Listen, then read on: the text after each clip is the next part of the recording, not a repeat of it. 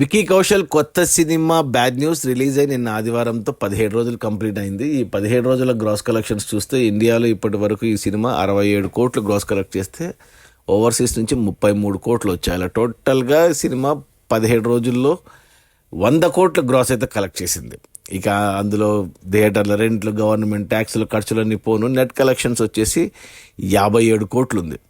ఈ cinema budget 80 కోట్లు అయితే 57 కోట్లు వెనక్కి వచ్చాయి. మరో 23 కోట్లు వెనక్కి వస్తే సినిమా హిట్ అవుతుంది బాక్సాఫీస్ దగ్గర కమర్షియల్గా. ఈరోజు సోమవారం, ఇక వర్కింగ్ డేలు స్టార్ట్, కలెక్షన్స్ తగ్గుతాయి. అందులో ఇక కొత్త సినిమాలు కూడా ఉన్నాయి.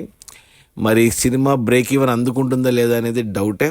ఎందుకంటే ఆల్రెడీ రావాల్సిన డబ్బు వచ్చేసింది, 100 కోట్ల గ్రాస్ అయితే వచ్చింది. బట్ నెట్ రావాలి 80 కోట్లు కష్టమే. 23 కోట్లలో మరో 3 కోట్లు నెట్ రావచ్చు.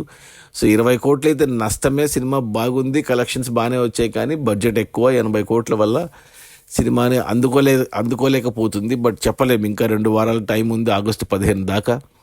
సో చెప్పలేం, సినిమా మెల్లగా కలెక్షన్స్ పెంచుకొని 80 కోట్ల నెట్ కూడా తెచ్చి సినిమా హిట్ అవుతుందా లేదా అనేది చూడాలి.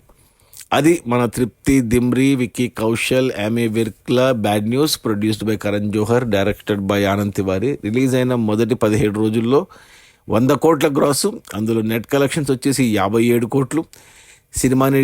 సినిమా బడ్జెట్ వచ్చి 80 కోట్లు అయితే 57 కోట్లు వచ్చాయి. మరో 23 కోట్లు నెట్ వస్తే సినిమా హిట్ అవుతుంది బాక్సాఫీస్ దగ్గర. కొద్దిగా కష్టమే, చూడాలి మరి. Okay, bye.